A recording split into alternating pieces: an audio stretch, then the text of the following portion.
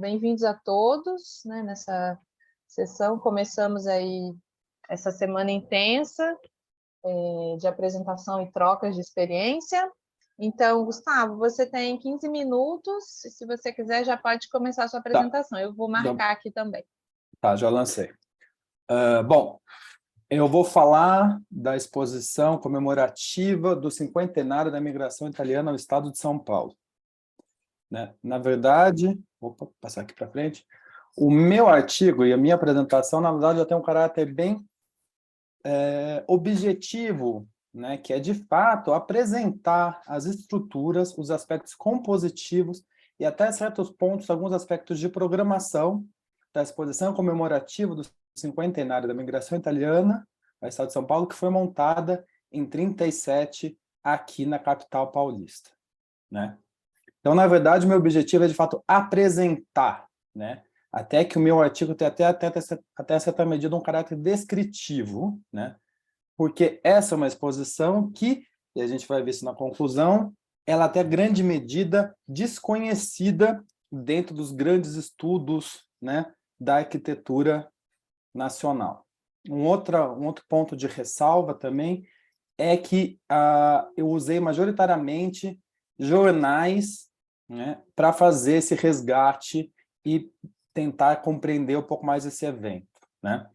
Essa escolha metodológica, na verdade, parte de uma riqueza, né, balizada aí pelas afirmações de da Heloísa Barbuy, que mostram que esses textos, na verdade, apesar de ser muitas vezes considerados menores dentro do discurso historiográfico, eles são, de fato, textos mergulhados em seus tempos, né, sem qualquer distanciamento analítico, sendo aí, né, que é a riqueza por serem mais representativos da época, né? Então, na verdade, a gente consegue recuperar certos discursos e certos valores sem um distanciamento analítico presente nos discursos historiográficos, né?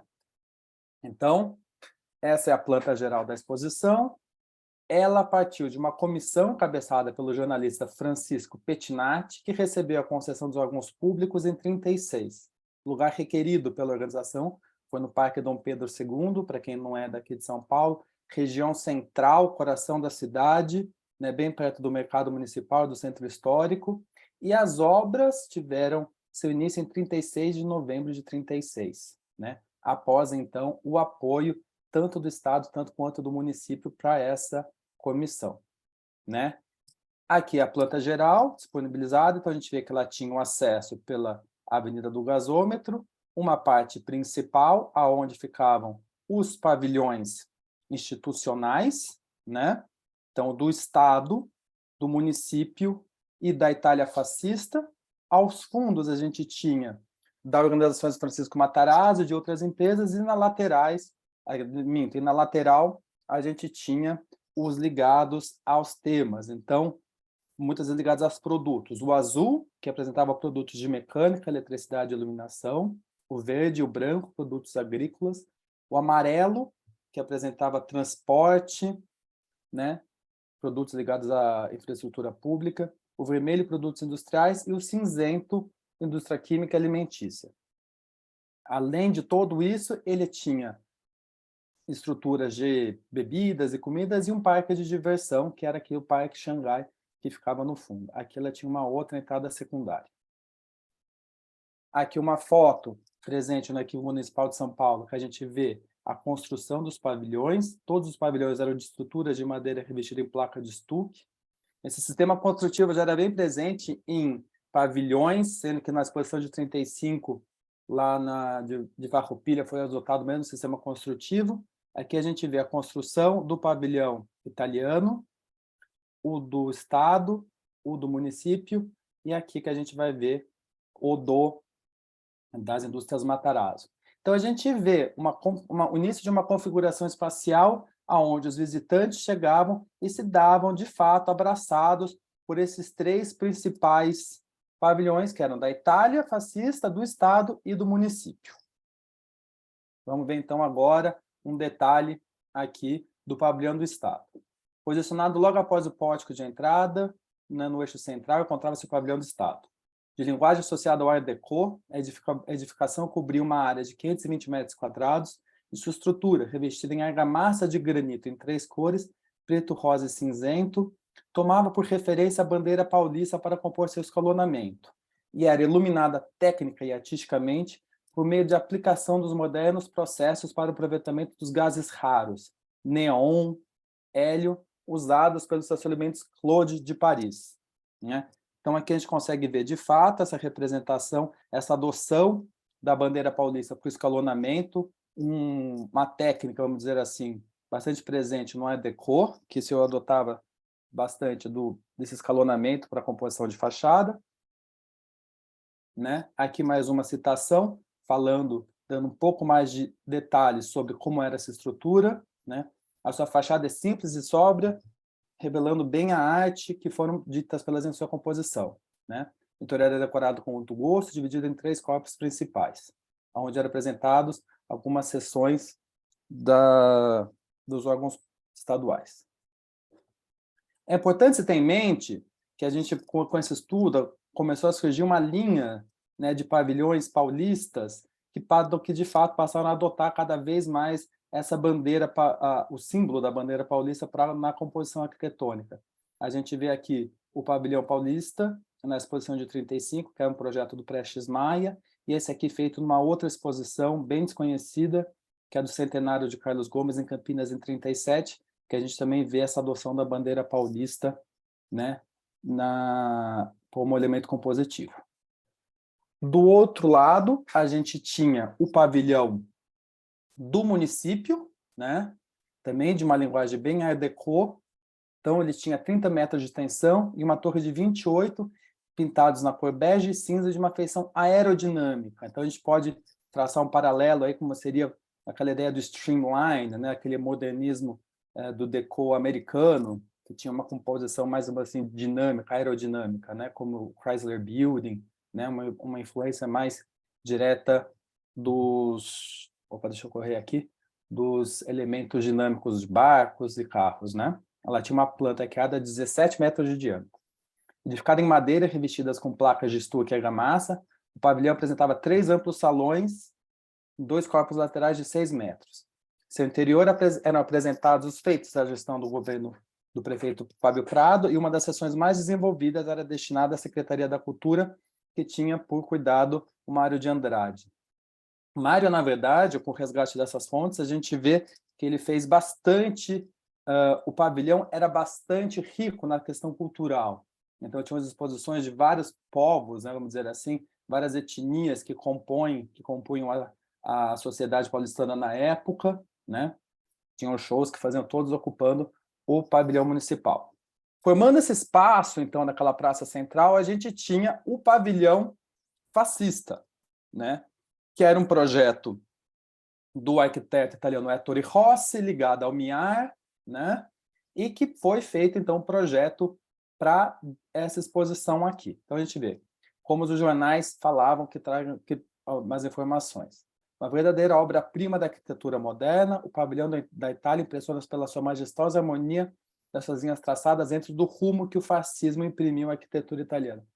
Essa citação é bastante importante, que a gente vê, né, o modernismo italiano tomou uma característica muito clara, né, a partir de 1932 e 36, né, que é aquela vinculação tanto da arquitetura racionalista com as linguagens associadas, por exemplo, ao Novecento, né, com as obras do Marcello Piacentini e do Giovanni Muzio, que criou, por meio de um longo processo, que eu não caberia aqui, criou de fato essa cara da arquitetura fascista, né, que é uma arquitetura monumental, bastante simplificada, né? Esse pavilhão se encontrava à direita da entrada principal, teve seu projeto traçado pelos artistas e arquitetos italianos e foi pessoalmente aprovada por Mussolini. Então, a gente vê aqui esse grande bloco, né? E esses 3 fachos litórios que foram edificados aqui e que representavam, né, o símbolo do fascismo. Aqui é uma estátua de Augusto, que foi doada à cidade de São Paulo, que se encontra no Largo do Aroche. No interior, a gente vê mais ou menos o tipo de representação que era feita, então a construção de um discurso de colaboração direta da Itália no Brasil, né? A gente tem que lembrar que eram anos pós a invasão da Abissínia, né? O maior movimento imperialista do fascismo e que a Itália estava, então, precisando de apoios internacionais, né? E o Brasil se tornou, também ligado pelo alinhamento de Getúlio Vargas, um importante ponto de ação, né, dessa política externa aqui no Brasil.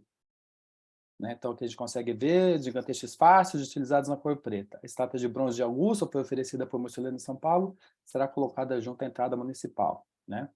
Então, um dos mais belos e seria um representante desses traços da arquitetura moderna. Um outro que a gente vê também, esse é um dos mais interessantes, é o pavilhão do Matarazzo, onde eram apresentados os produtos da indústria Matarazzo, e a gente vê uma clara relação direta e reta do pavilhão Matarazzo com o pavilhão do Albert Speer, né, edificado em Paris no mesmo ano de 37, né?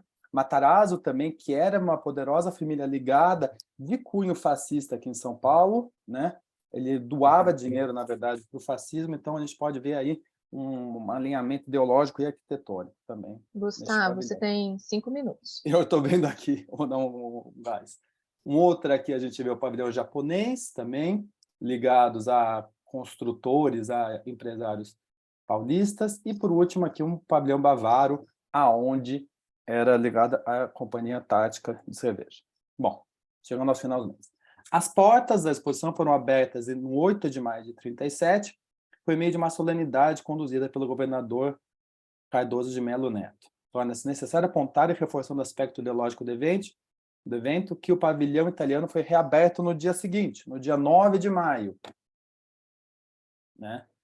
Este fato, então, não deve ser levado por um mero descompasso cronológico, já que o dia 9 de maio era de simbolismo ao fascismo, já que marcava o aniversário de 1 ano de proclamação do Império Fascista por Mussolini, né, pela Abissínia.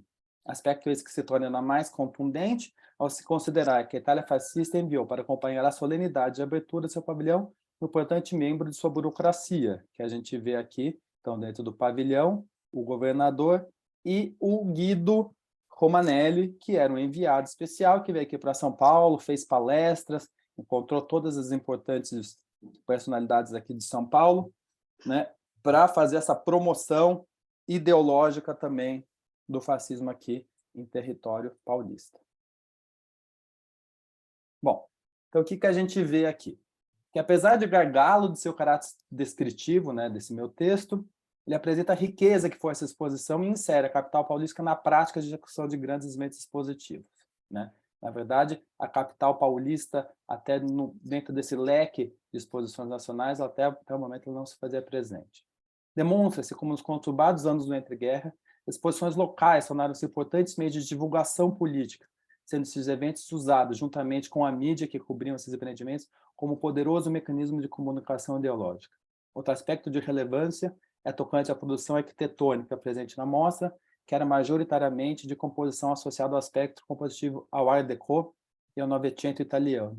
E como estes modernismos, reforçados pelas terminologias da época, empregados nas coberturas, eram retratados como arrojados e vinculados à produção da arquitetura moderna.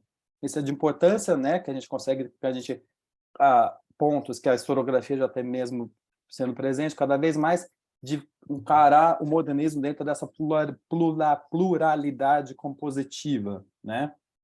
Essas nomenclaturas, somadas aos contextos da época, evidenciam a agitação que o campo arquitetônico moderno estava passando, e como ele era formado por diferentes linguagens que se coexistiam e formavam o modernismo na arquitetura. Bom, era isso. Acho que eu corri até tanto quanto, que eu tenho até 1 minuto e meio ainda. Obrigada, Gustavo. Tem que correr. Eu nervoso mais com o relógio do que com outra coisa. Com a apresentação, né? Pois é. Obrigada por ter Imagina. mantido o tempo. Então, eu passo a palavra para a Ana Tereza, que vai falar sobre a arquitetura italiana em Ribeirão Preto. Isso, Então, Ana, só você tem compartilhar aqui. Tá ótimo, obrigada. Bom dia aí para todo mundo. Bom dia. Pronto, vocês já estão visualizando? Sim, já. Tá ótimo. Bom, então também vou cronometrar aqui meu tempo, tentar fazer igual o Gustavo, bem certinho. Bom, então, mais uma vez, bom dia a todos. Meu nome é Ana Firigliano e o trabalho que eu vou apresentar para vocês é o Arquitetura Italiana em Ribeirão Preto, o legado de Vincenzo Lo Giudice, que é um trabalho que vai tratar da trajetória pessoal e profissional de um construtor italiano, mais conhecido como Vicente Lo Giudice, é um nome aportuguesado, que residiu e atuou na cidade de Ribeirão Preto, a norte do estado de São Paulo, no finalzinho do século XIX até o seu falecimento em 1918. Ele veio da comuna de Acre, uma pequena cidadela na província de Cosenza, na região da Calábria, na Itália. Ele nasceu em 1868 e ele chega ao Brasil vindo diretamente para Ribeirão Preto, em 1895, o que já mostra assim, uma trajetória de vida que é sair do sul da Itália e vir para trabalhar em uma cidade em pleno crescimento, aqui no estado de São Paulo, crescimento esse derivado da economia cafeeira, né? Bom, e ele, durante esse período de atuação, ele foi muito exaltado, não era um profissional diplomado em arquitetura ou engenharia, era um prático licenciado, e ele recebeu inúmeros elogios em diversos almanaques de circulação local e nacional, como esse que vocês veem aqui, que é um trechinho do almanaque de 1906, Il Brasile e gli Italiani, onde ele foi exaltado aí como um construtor muito hábil. Bom, e esse trabalho, ele na verdade deriva da minha pesquisa de doutorado, em que nós utilizamos sistemas de informação geográfica para estudar as transformações do centro de Ribeirão Preto, e nós lidamos com diferentes fontes documentais, e nesse processo nós conseguimos aí desvelar uma série de projetos pouco conhecidos, de profissionais também, e a partir dessa nossa pesquisa, nós pudemos também contribuir com a plataforma online Arquitetura Italiana no estado de São Paulo, que é um projeto coordenado pelo professor Miguel Busari, eu sou co-coordenadora desse projeto, e esse projeto ele reuniu aí diversos pesquisadores, diversas pesquisas que não tinham os italianos a princípio como os seus protagonistas,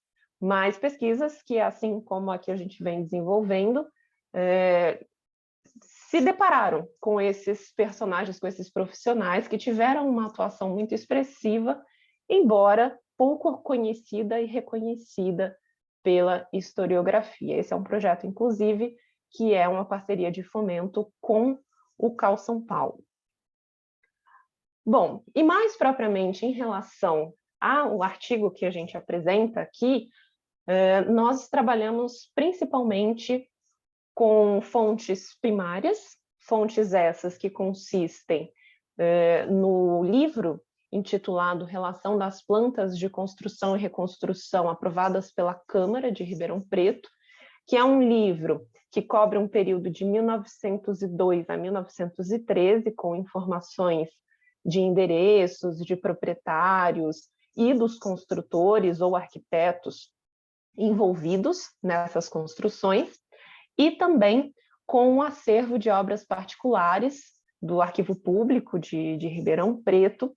Esse acervo ele começa em 1910, então nós só temos projetos como esses que vocês estão vendo aqui na tela, a partir desse período. Então é a partir daí que a gente consegue ver questões volumétricas, espaciais, ornamentais também, né? E o que foi uma questão fundamental para nós nesse artigo em específico, que é a identificação desse profissional, né? A identificação nesses desenhos dos seus carimbos e assinaturas. Então, dentre a amostra toda de projetos que nós levantamos, nós conseguimos identificar 107, que continham essas assinaturas, né, ou carimbos, que inclusive vão sendo modificados ao longo do tempo. Então, o recorte espacial da pesquisa e do artigo é a área central de Ribeirão Preto, também conhecido como quadrilátero central. A pesquisa lida com uma escala de lote, né? Então, quando eu mencionei o uso de sistemas de informação geográfica, nós conseguimos geolocalizar todos esses processos, ou melhor, quase todos os processos que nós levantamos no arquivo público. Dentro de SIG, nós usamos o software QGIS, com uma precisão de lote, né? Então, a gente aproxima essa documentação de arquivo da paisagem construída, do espaço urbano. E isso foi justamente o principal método que nós utilizamos para fazer essa seleção de obras em que nós temos o envolvimento do LoJudit. O que vocês estão vendo aqui é um trecho, né, da tela do SIG, em que nós temos o georreferenciamento da planta cadastral de Ribeirão Preto, de 1918, e, em azul, as edificações que estão cadastradas nessa planta e que nós vetorizamos uma a uma, atribuindo dados dos livros de impostos prediais. Então, o que vocês veem em destaque, esses numerozinhos, são justamente os números prediais vigentes em 1918, tal como lançados nesse livro de impostos daquele mesmo ano, né?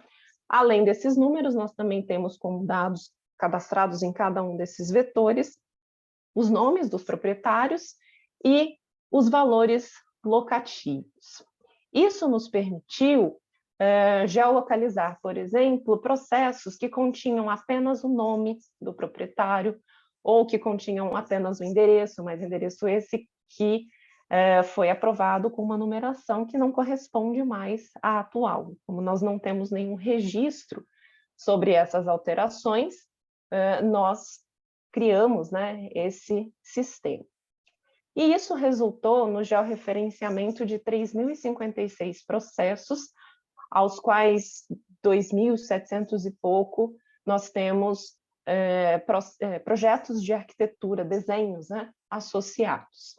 Nesse mapa, vocês veem esses pontinhos, né, que é justamente a localização de cada um desses processos nos respectivos lotes aos quais eles eram destinados e separados e hierarquizados aqui por décadas. E a partir desse georreferenciamento, nós fizemos, então, a seleção daqueles que continham o nome do Vicente LoJudit, ora sozinho, ora associado a outros profissionais. Nós chegamos, então, a esse número de 107 obras, num período que vai de 1902 a 1918, a data desses registros, né, que nós temos. Dentre esses, 101 foram construídas, dado esse que nós chegamos comparando as plantas, tal como desenhadas nos projetos, às plantas cadastrais, né, que desenhavam a cidade tal como ela era de fato. E nós podemos perceber, né, uma concentração dessas obras aqui mais na porção norte da área de estudo, que foi a primeira porção a se formar, né, de formação mais antiga, lá de meados do século XIX, onde outros profissionais também atuaram. E o bacana do SIG é que, além desses dados que nós cadastramos, né, além de um banco de dados, ele também permite essa interatividade com conteúdos externos. Então, ao clicar em cada um desses pontinhos, nós temos acesso aos projetos que nós digitalizamos no arquivo público. Então, aqui, por exemplo, nós temos um processo de 1913, que é uma residência geminada, que o Vicente LoJudit foi responsável pela sua construção. E logo abaixo, um projeto de aumento, né, uma edificação que já existia e que em 1916 ele faz esse acréscimo, né, ao programa e à área construída da casa. Então, o legado desse profissional aqui na cidade, ele é pouquíssimo conhecido, né, menos ainda quando a gente trata de historiografia, da arquitetura em nível nacional, mas às vezes a gente encontra alguma relação, alguma menção ao nome dele quando aparecem obras de grande vulto na cidade, como essas duas que eu coloquei aqui de exemplo, que são a Sociedade Legião Brasileira, um prédio que já foi demolido, e a Sociedade Recreativa, onde atualmente funciona o Museu de Arte de Ribeirão Preto. São obras... Ana, você tem 5 minutos. Tá ótimo. Então, são obras, né, de maior vulto, como eu disse, e que costumam mencionar o seu nome. Por outro lado, a sua atuação ela é muito mais expressiva nessas obras que a gente chama, né, de obras de um caráter mais modesto, obras que estão relacionadas ao cotidiano da população, com atividades residenciais, comerciais, de prestação de serviço e também de uso misto. Então, aqui eu trouxe um exemplo de uma edificação de uso originalmente residencial, um sobrado construído no alinhamento da rua. Esse é um projeto que, inclusive, escapa do método que nós criamos com base em SIG, porque era um processo que não continha nem endereço, nem nome do proprietário, mas nós já havíamos desenvolvido anteriormente um trabalho de reconhecimento de edificações de interesse histórico nessa mesma área, também com dados cadastrados em SIG, e aí nós conseguimos fazer esse cruzamento, né, de características das fachadas desenhadas no projeto e construídas na paisagem, de modo que a gente conseguiu encontrar esse projeto e entender, né, as suas características, principalmente nessa parte aqui inferior da edificação, que foi a mais modificada. Esse outro sobrado, que também foi construído pelo profissional em associação aí com um escritório técnico de engenheiros.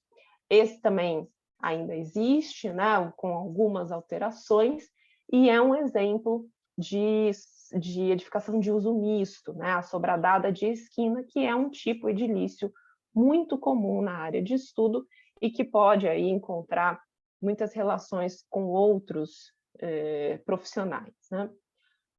Também de uso misto, nós temos edificações térreas, essa aqui já bastante modificada, era uma tipologia interessante de um salão ao centro e 2 casas geminadas nas laterais, né? Algo que nós percebemos que foi um tipo de edilício muito comum dentre famílias italianas que mantinham seus negócios e habitavam no mesmo local, né?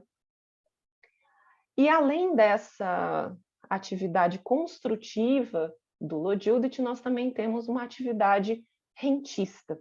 Ele investiu no mercado imobiliário local, né, como um imigrante italiano, ele consta aí na lista dos principais proprietários de imóveis de 1918, fazendo desde casas geminadas, né, para moradia de aluguel, até galpões que ele utilizava também para suas atividades de fornecimento de materiais de construção, o que demonstra uma atuação muito ampla, né? Esses imigrantes italianos, assim como outros imigrantes também, eles estavam muito antenados, né, nessa economia local. E para encerrar, a residência, né, da família, uma residência que ele encomendou a um arquiteto também italiano, o Giuseppe Sacchetti, que tinha um escritório em São Paulo.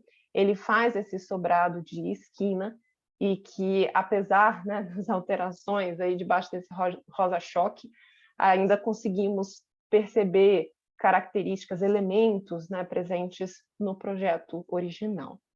Então, a trajetória desse profissional, ela foi assim de nosso interesse, assim como diversos outros profissionais cuja história vem sendo desvelada em pesquisas de mestrado e doutorado, e que tem aí um caráter um pouco biográfico, certamente, mas que dá luz a uma produção muito pouco conhecida pela historiografia e que tem os seus reflexos também sobre a preservação desse patrimônio, né? O que nós temos nas nossas cidades desse legado italiano? E cabe a nós, então, pesquisadores, buscar estreitar esses laços, né, de historiografia e preservação para que a gente consiga contar essa história não apenas através dos documentos, né, mas também por esse legado material que nós temos nas nossas cidades.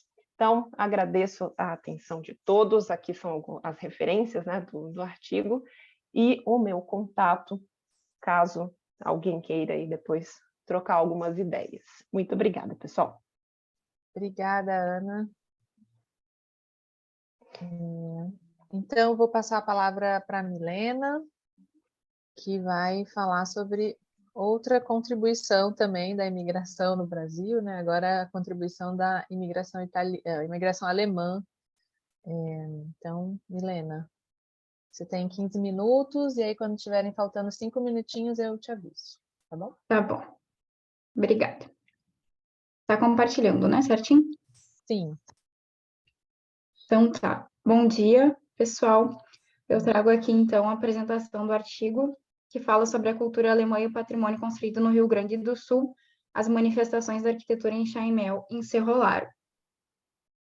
Então, como tema, eu trago a cultura alemã e o patrimônio cultural, com foco no município de Cerro Largo, que é reconhecido como berço regional da cultura, por manter diversas tradições da cultura germânica, saberes e fazeres, patrimônio material e imaterial, dos quais eu vou destacar aqui a arquitetura em Chaimel.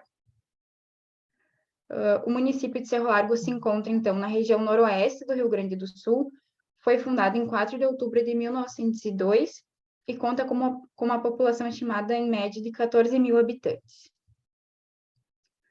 Como eu já comentei, então, o município já é reconhecido por manter diversas tradições culturais germânicas, como a comida típica, a dança, a festa típica, que é reconhecida como Oktoberfest, então, que ocorre no mês de outubro de cada ano, que ela ocorre em diversas localidades, né, que mantém essa tradição cultural germânica.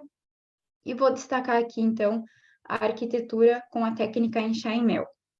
O objetivo dessa pesquisa é compreender, mapear e analisar 4 manifestações arquitetônicas em Chaimel que têm um significado e valor cultural para o município.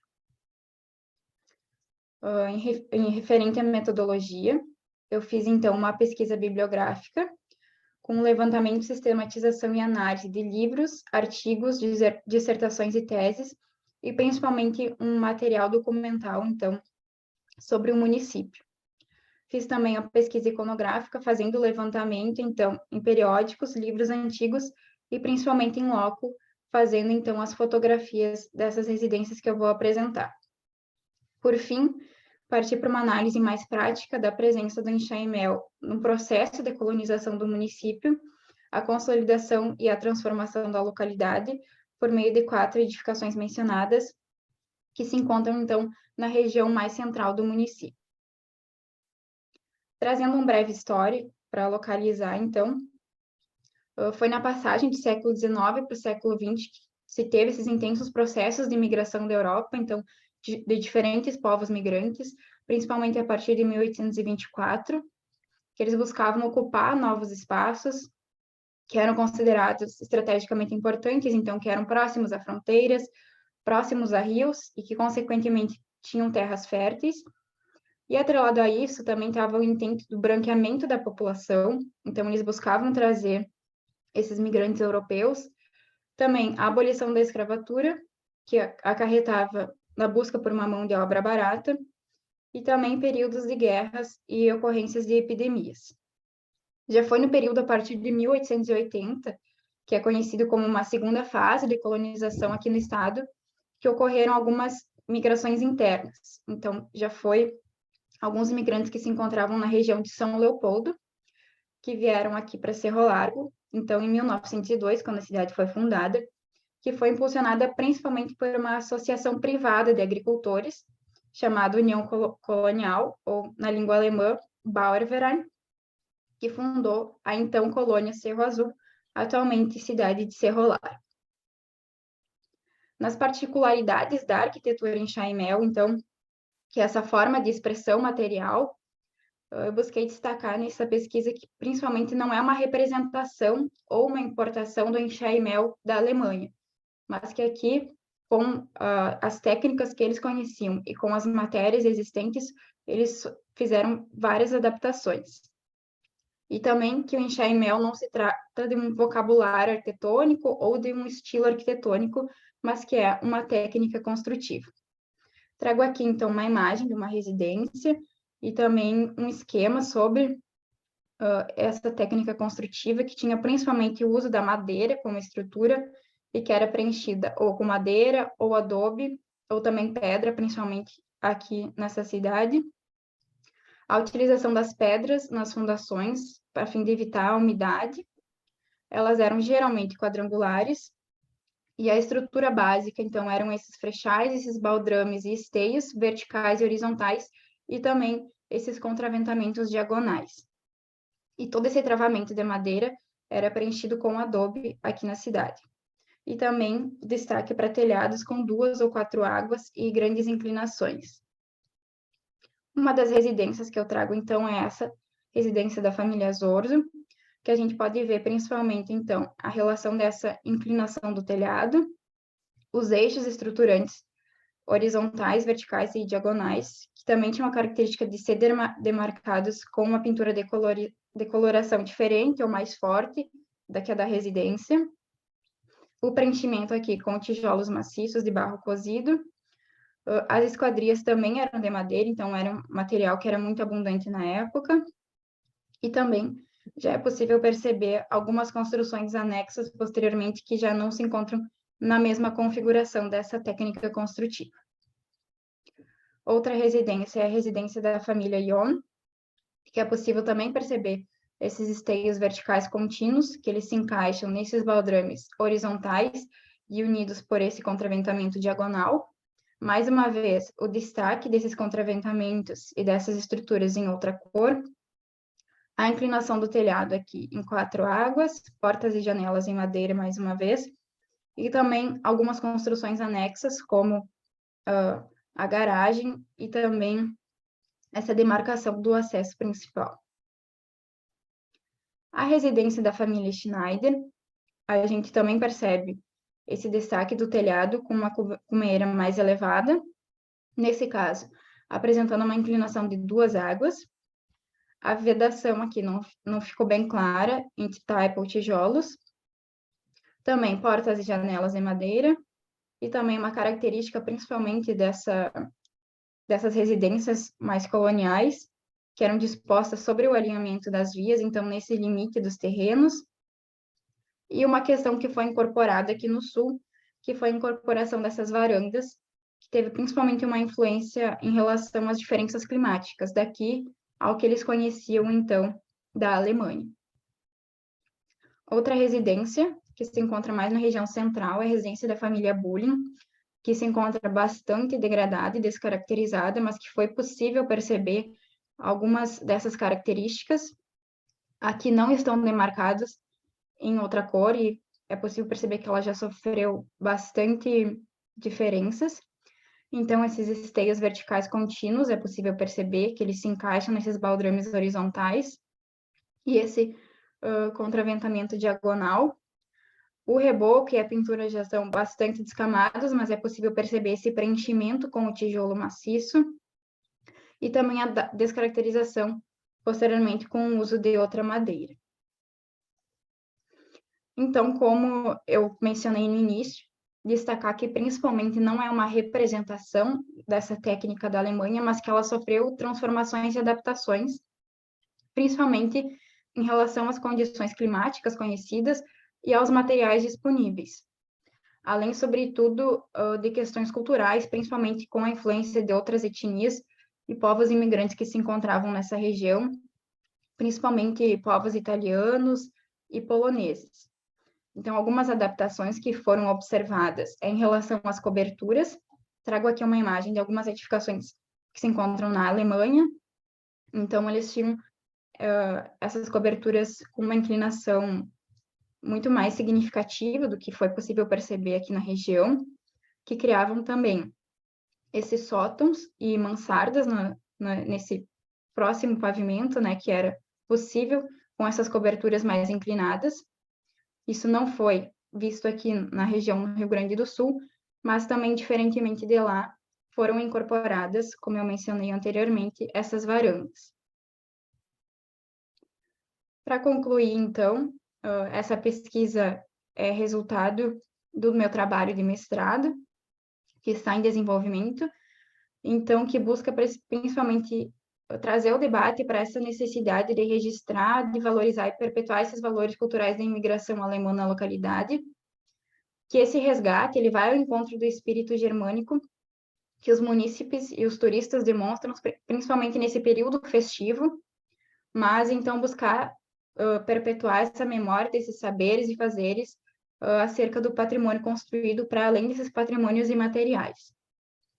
Trazer a importância da preocupação com essas manifestações do enxaimel no município pelo potencial patrimonial e principalmente dessa relevância histórica. A arquitetura típica alemã ela se apresenta significativamente na paisagem de Cerro Largo, então com esses pontos de história e memória. É uma maneira de estimular o turismo e a história local, e principalmente trazer um enfoque para a importância da educação patrimonial para a sociedade, tendo em vista que a gente reconhece e valoriza aquilo que tem como uma perpetuação no município. E seria isso. Muito obrigada. Obrigada, Milena. Então, fez no tempo, bem alemã. E aí eu passo a palavra, então, para a Leda, que vai apresentar para a gente um arquiteto. Segundo ela, foi surpresa até para ela, né, Leda? Sim. Não vou falar o nome, Leda, não vou conseguir, esqueci. Eu falo. Então, você tem 15 minutos, e aí quando você estiver pronta, eu começo a marcar. Então, eu vou falar sobre o Marius Daunter e a modernidade nos Países Baixos. Esse arquiteto ele surgiu na minha pesquisa de doutorado, que eu estou fazendo sobre a influência da arquitetura industrial nos projetos de aeroportos, por ter sido coordenador do projeto de arquitetura do terminal de passageiros do aeroporto de Schiphol, na Holanda. E foi uma surpresa por ele ser um arquiteto modernista que tem uma ampla produção, principalmente na Holanda, e a gente não ter conhecimento dele aqui. Então, a ideia é tentar resgatar um pouco e trazer um pouco do conhecimento do que ele fez por lá. Quando aeroportos, hospitais, igrejas, eles são utilizados por passageiros, usuários ou fiéis de todas as formas, e a gente acaba nem sempre, mesmo frequentando, não conhecendo quem fez o projeto e conhecendo muito pouco dessas interligações, né? No caso, o Marius Daunter, ele está nesse contexto. Ele implantou essas diversas modalidades nos Países Baixos, né, com essa visão moderna, funcionalista, desde a década de 30, e com essa característica de linhas retas, funcionais, e principal é o terminal de passageiros do Aeroporto Internacional de Schiphol, em Amsterdã, que ele, embora tenha sido uma criação da década de 60, ele ainda continua muito atualizado, né? Sempre acompanhando as mudanças de tecnologias que têm acontecido.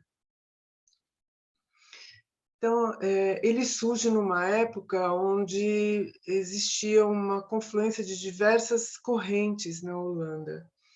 As ideias racionalistas do Berlage se propagavam, a escola de Amsterdã valorizava o artesanal. Surge logo em seguida o The Style, né, que traz uma perspectiva racionalista, mecanicista, abstrata. Aparece um novo funcionalismo holandês, que é o Nieuwbouw, e, ao mesmo tempo, ainda a própria escola de Delft, ela mantinha a ideia do tradicional, de manter o tradicional e rejeitando o funcionalismo. Ele estudou em Zurique e ele volta de Zurique para a Holanda, cumpre o serviço militar e ele vai para o escritório, trabalhar com o escritório de Le Corbusier, em Paris. fica 2 anos lá. Lá ele acaba tendo um conhecimento do concreto armado, volta para a Holanda, e aí ele começa a se inteirar nesse momento que estava assim, com essas diversas confluências de pensamento arquitetônicos na Holanda. Durante a guerra, ele acabou sendo detido, foi para 2 campos de concentração, acabou tendo uma aproximação com a igreja por causa disso, e isso acabou acarretando com que ele acabasse tendo várias solicitações de projetos, tanto de monumentos, memoriais de guerra e principalmente de igrejas. Ele acaba fazendo parte da reconstrução da Holanda, e nessa época tinha uma questão que o coordenador dessa reconstrução da Holanda pós-guerra, ele era uma pessoa ligada à escola de Delft, tradicionalista.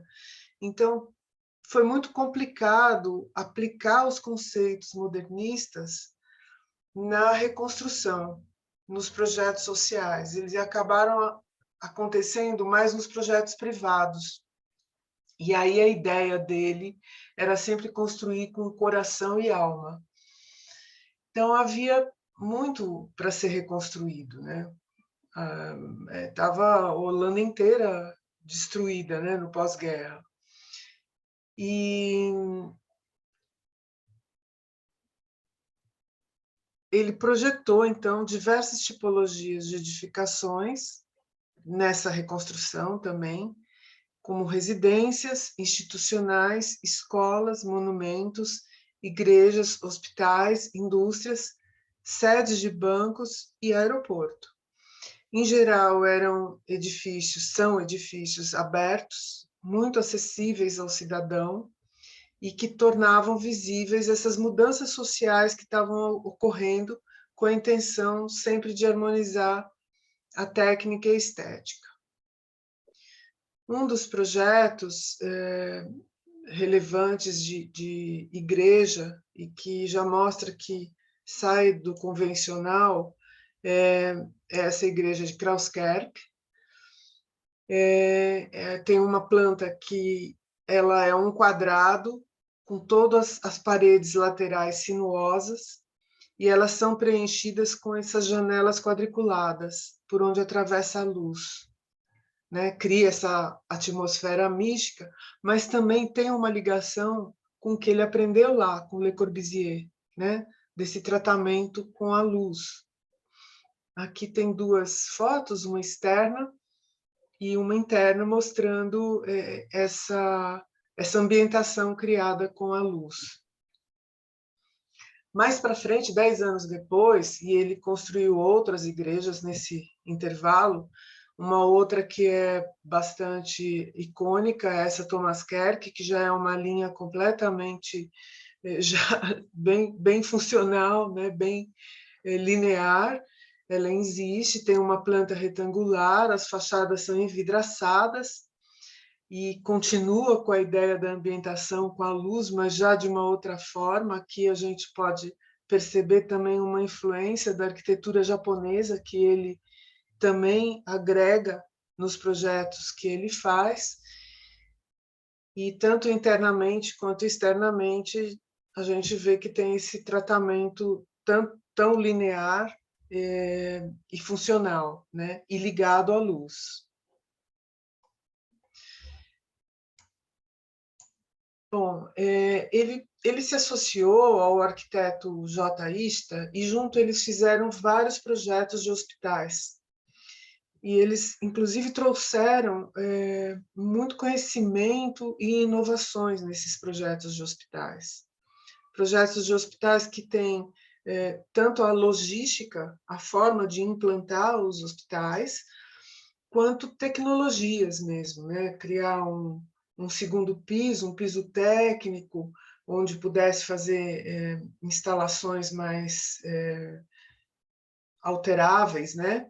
E, inclusive, pontos. O último hospital que eles fizeram juntos foi um hospital que não é nem o Andrés, é um outro hospital central lá em Amsterdã, que ele pode ser manuseado pontos na própria estrutura, então são módulos que podem ser relocados. Esse Hospital Andréas, ele foi bastante icônico, ele hoje foi demolido para fazer uma outra obra no local, mas ele foi feito numa forma H, e o que eles chamavam de hospital de pés largos pela própria forma dos arranjos das edificações. Outro tipo de projeto que ele desenvolveu foram bancos. O banco holandês ele foi feito numa área central, foi um projeto bastante conturbado, tiveram vários momentos nesse projeto, mas o final, e locações também. A última locação foi essa no Fredriksplein, e foi um projeto constituído num edifício de 3 pavimentos, longo, com 120 metros e uma profundidade de 100 metros, e um edifício central com 15 pisos, num formato mais retangular. Internamente, os pilares eles têm uma forma como um cogumelo, né? O que lembra também a influência que ele teve de Frank Lloyd Wright. A edificação dele continha muitas tecnologias, muito inovadoras para a época, né? A parte de subsolo, a forma como se relacionava com a parte de recursos de segurança, mas teve muita crítica social, principalmente pela localização onde foi feito o próprio prédio, né, do banco, porque era uma área, não era tombada, mas era uma área mais antiga, né, da cidade. Ele também fez o Banco Algemene Nederland, que é o ABN, né, esse prédio está lá, ainda existe. Tem a estrutura de concreto, todo feito com uma caixilharia de laje de piso a piso, com revestimento em chapas de alumínio marrom escuro, todo em pedra natural e revestimento branco nas fachadas, na estrutura, né? E a aparência retangular da fachada como um todo. Ele tem uma inovação que ele cria uma parte embaixo, no térreo, todo aberto, e sendo possível instalações de lojas, né? Uma coisa que era uma inovação para banco, né? Nesses 5 pavimentos, todos os andares também são flexíveis e são abertos. E ele acabou tendo uma indicação para fazer parte dos monumentos modernistas, da lista dos monumentos modernistas, no órgão que controla isso em Amsterdã. Leda, você tem 4 minutos. E o outro projeto icônico, que é aí onde eu acabei conhecendo o trabalho dele, é o próprio aeroporto, que foi feito através de um consórcio, e ele foi colocado como coordenador desse consórcio, e era um projeto que acabou contemplando 3 juntar, né, tanto o prédio administrativo, terminal de passageiros, e que tivesse essa visão de ampliação. Então, foi feito um projeto com uma estrutura modular, esses pilares têm a cada 8,25 metros, foram criados piers para as aeronaves, e esse conjunto sempre passando a ideia de transparência, e também para uma inovação é a ideia da tranquilidade e da calma para viajante. Ele realizou vários projetos em cidades na Holanda, inclusive projetos institucionais, né, como prefeituras também. Ele foi professor da Faculdade de Delft, continuou elaborando projetos pelo escritório dele de diversas categorias, sempre com a ideia da harmonia entre a estética e a tecnologia, a emoção e a razão. e ele se apropriou intensivamente do concreto armado, das lajes em balanços, criou essa predominância da horizontalidade, com pavimentos abertos, flexibilização da ocupação, utilizando os vidros nas fachadas e usando transparecendo essa influência do Frank Lloyd Wright da arquitetura japonesa, né? Ele deixou diversos ícones, né, no território dos Países Baixos, com essas ideias, e o que a gente vê é que, até hoje, né, vários aeroportos eles seguem, né, esses preceitos que foram utilizados em Schiphol, o uso de pavimentos separados para embarque e desembarque, a otimização e a circulação de passageiros e bagagens, as instalações posicionadas de maneira a facilitar as manutenções e eventuais alterações, a utilização dos fingers, as grandes áreas envidraçadas e um ambiente criado para proporcionar a calma aos passageiros, que são traços marcantes dessa arquitetura que foi criada em Schiphol, né, e que pode ser identificada em diversos outros terminais de aeroportos espalhados pelo mundo.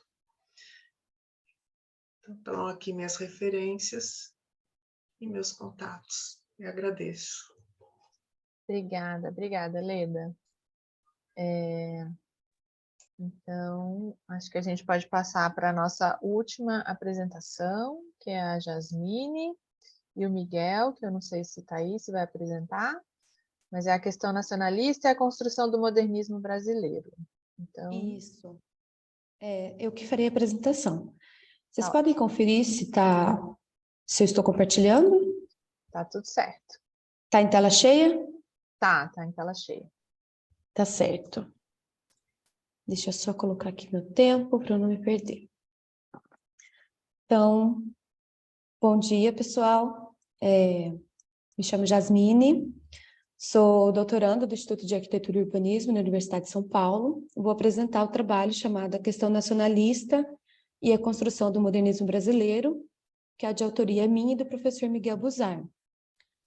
Bom, o nosso trabalho, ele pretende discutir como as primeiras décadas do século XX, as constantes contradições brasileiras levaram ao alinhamento de parte da elite econômica e intelectual com as questões nacionais como uma forma de se reafirmarem culturalmente, e como isso foi expresso, a princípio, no campo cultural e artístico, mas logo se desenvolveu como uma bandeira oficial do governo Vargas. Então, conforme o país ia aumentando a sua população urbana, os ideais nacionalistas eles ganharam impulso com a insatisfação dessa elite tradicional, com os avanços de grupos de imigrantes que cresciam no meio urbano e que muitas vezes prosperava economicamente e culturalmente. Isso levou ao questionamento e à defesa do que realmente era ser brasileiro, o que era brasileiro, passando então a realizarem uma valorização dessas práticas culturais e locais como uma forma de se reafirmarem essa identidade nacional. A propagação dessas ideias nacionalistas, ela se iniciou, então, singelamente nessas primeiras décadas do século XX. Em 1910, surgiram a Liga de Defesa Nacional, que foi criada pelo Olavo Bilac, a Sociedade Eugênia de São Paulo e a Liga de Prossaneamento do Brasil.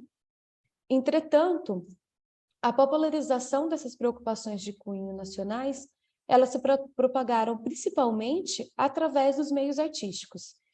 Os artistas brasileiros, intelectuais, escritores e pintores que estudavam na Europa viram nas raízes do Brasil o primitivismo e nele encontraram uma possibilidade de renovação das artes, combinando com uma releitura do cubismo. O primitivo local, ele deixava então de ser um problema e passava a ser um elemento de elaboração cultural a partir desse sentimento nacionalista. A procura por romper com essas técnicas e conceitos tradicionais, elas foram os principais meios de renovação da arte nacional. Os artistas, eles passaram então a incorporar cores, temas tropicais e personagens populares em diversos setores artísticos, e isso passou a ser frequente a partir de então. A fauna e a flora brasileira, a população comum e cenas do cotidiano, elas eram constantemente representadas nessas pinturas, como de Tarsila de Amaral, Campo Fiorito, de Cavalcante. Por exemplo, na música, as pesquisas do Heitor Villa-Lobos incorporavam esses elementos de canções populares, batuques indígenas nas composições, tentando integrar o que era entendido como tradicional brasileiro a uma linguagem moderna. E o modernismo brasileiro, ele reforçou, então, essa ideologia nacional. As vanguardas artísticas, elas ganharam esses contornos determinantes na construção da identidade da nação e que, por vezes, já adentrava nos campos políticos. Boa parte da intelectualidade artística estava engajada com bandeiras progressistas. Muitos artistas se aproximaram do Partido Comunista Brasileiro e passaram a expressar suas preocupações quanto ao rumo da sociedade capitalista, como a Tarsila do Amaral, que quando ela retorna da viagem da União Soviética, ela inicia o seu período mais social, com as pinturas de provocação sobre a realidade do país. Então, os operários, a segunda classe, elas manifestaram essas preocupações com as massificações das vidas operárias e problemas advindos da industrialização e do capitalismo.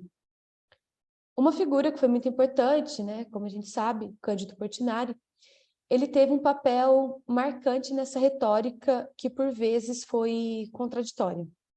Sem abandonar o projeto nacional popular do governo, as suas obras manifestavam essas preocupações sociais com os problemas brasileiros, mas adquiriu repercussão principalmente pelas constantes obras a serviço do Estado getulista, mesmo ele possuindo uma posição antagônica ao governo.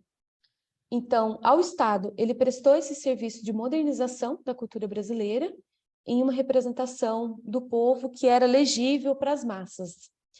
Enquanto para o PCB, o Portinari representava um artista que era engajado pela sua narrativa política e social.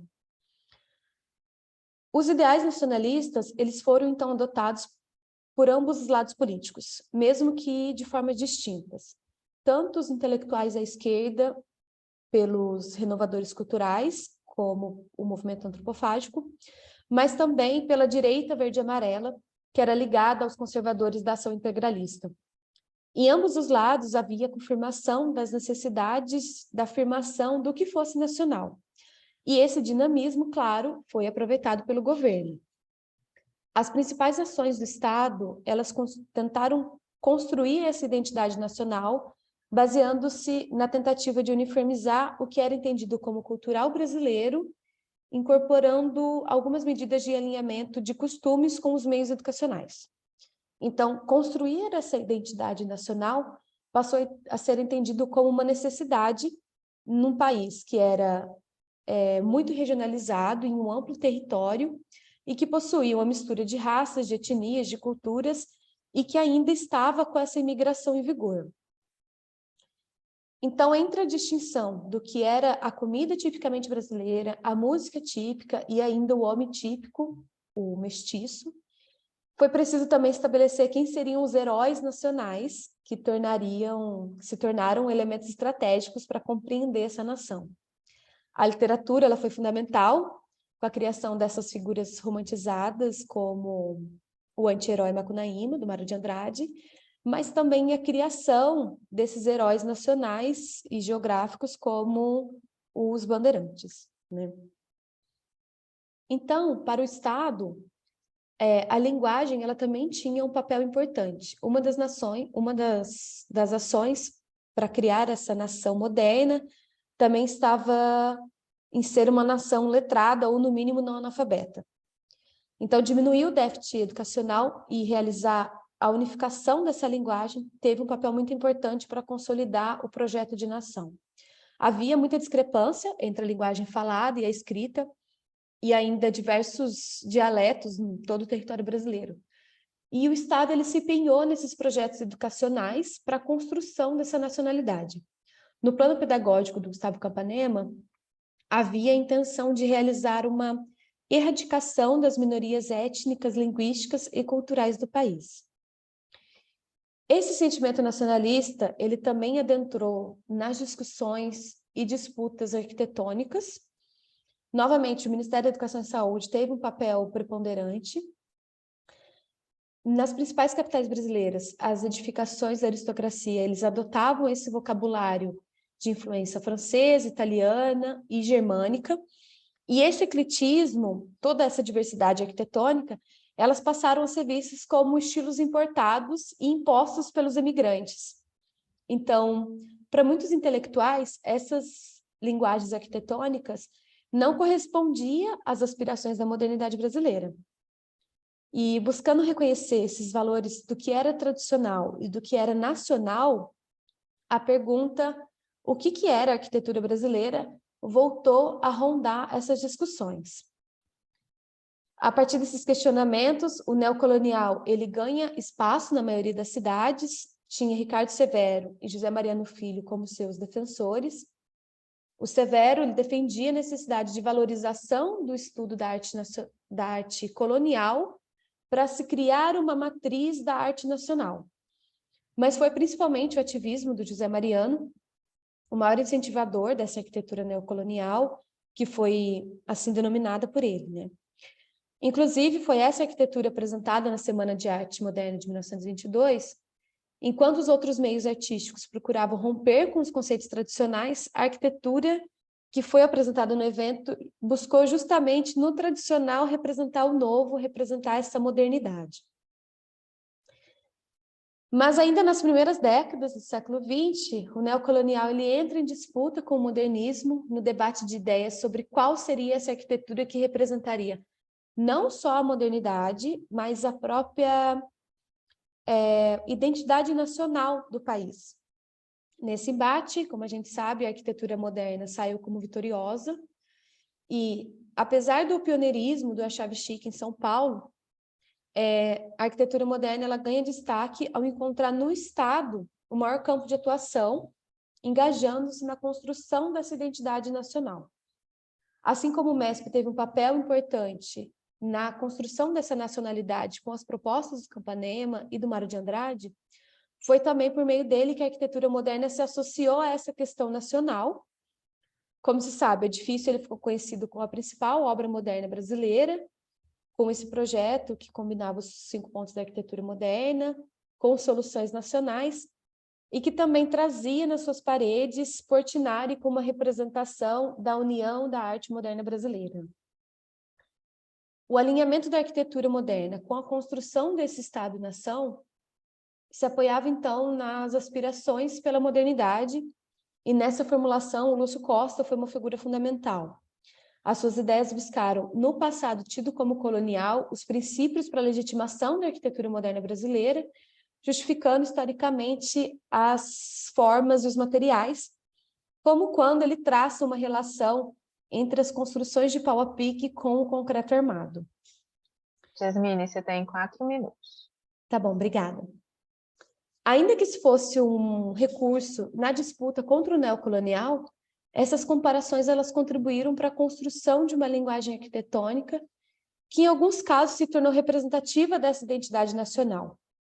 Essa linguagem foi, por vezes, foi caracterizada como escola carioca, pelo Mário de Andrade, e ela passou a ser representada de uma forma hegemônica, como se fosse a própria arquitetura moderna brasileira, e ganhou esse reconhecimento internacional, com as publicações desses livros, que colocavam a linguagem da escola carioca em destaque, e por vezes ela passou a ser denominada como Brazilian School, ou Brazilian Style, ou ainda como neo-barroco, caracterizando toda a arquitetura brasileira como se fosse algo hegemônico, o que é diferente da realidade, né?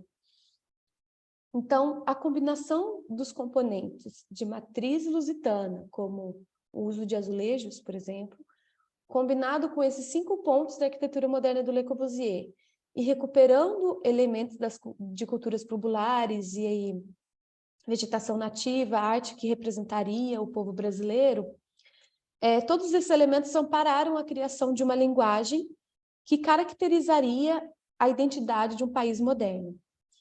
E, mais que isso, representaria a nação brasileira com essas justificativas históricas que se apoiavam no sentimento nacionalista que estava muito em voga na época. Então, para concluir, o alinhamento de artistas e de um grupo de arquitetos em torno desta identidade nacional, que foi apoiada por grupos políticos do próprio Estado, estimulou a construção dessa justificativa estética que foi adotada pelo modernismo.